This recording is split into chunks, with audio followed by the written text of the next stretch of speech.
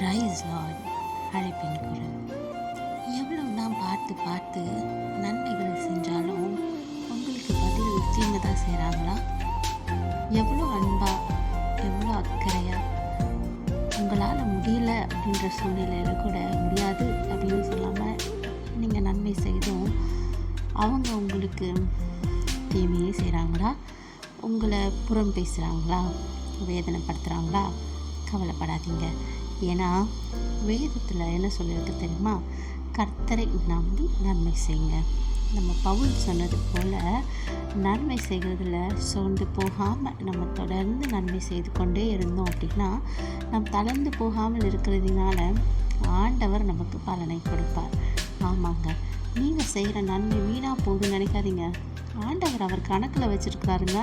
நீங்கள் செய்த நன்மைகள் எல்லாவற்றிற்கும் அவர் உங்களுக்கு நன்மையை பதிலாக செய்வார். ஆமாங்க, தொடர்ந்து நன்மை செய்யுங்க.